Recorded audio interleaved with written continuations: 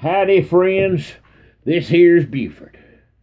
Now, all this hoo-ha over these bathrooms has put me in mind of something that happened years ago when I was a boy in school. Now, at back of the schoolhouse, we had a privy. On one side it is his'n, and on one side it is her'n, and they is a dividing wall down the middle.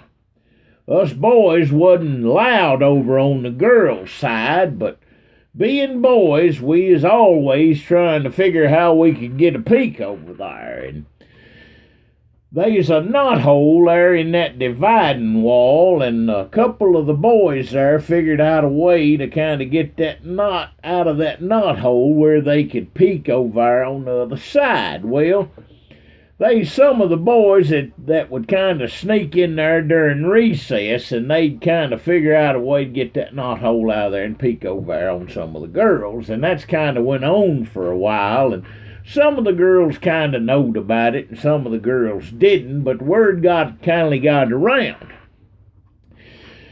The teacher got wind of it, and Miss Sibley was kindly a sharp lady. She's way sharper than we was anyhow, and so she come and talked to us boys about it, 'cause she didn't let nothing slide.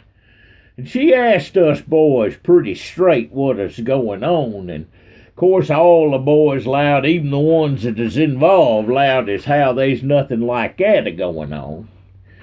Well, the days went by there, and directly one day, we was all out there a-playing, and time come for us to line up after our recess and our potty break, and Miss Sibley come along to inspect us, and she come along and asked us all, "Now, boys, have y'all been a-doing anything you oughtn't to have been doing whilst you was in there in the privy?" Now, what we didn't know was, whilst we'd been out there on the playground, she had done went in there on our side of the privy and had smeared some grease and soot on the inside of that knothole. Now, the boys what had been going in there and sneaking a peek didn't know that. So whilst we was all lined up there for inspection, and she went down there nose to nose with all of us asking, "Did you do something you shouldn't have?" "No, ma'am, I sure didn't."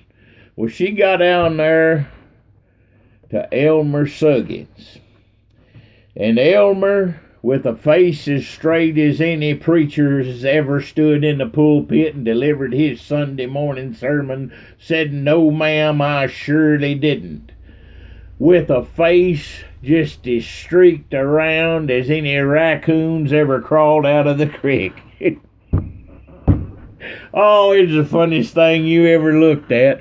Well, needless to say, Elmer marched into the principal's office, tugged by his earlobe, and he went home that evening with a sooty face and a red rear end. Well, the moral of the story is this, folks. Whatever plumbing that the good Lord hung on you, whether it's his'n or her'n, go into that outhouse and behave yourself whilst you're in there. And keep the politicians out of it. Lord, if they get involved, sooner or later there'll be attacks in hemorrhoids.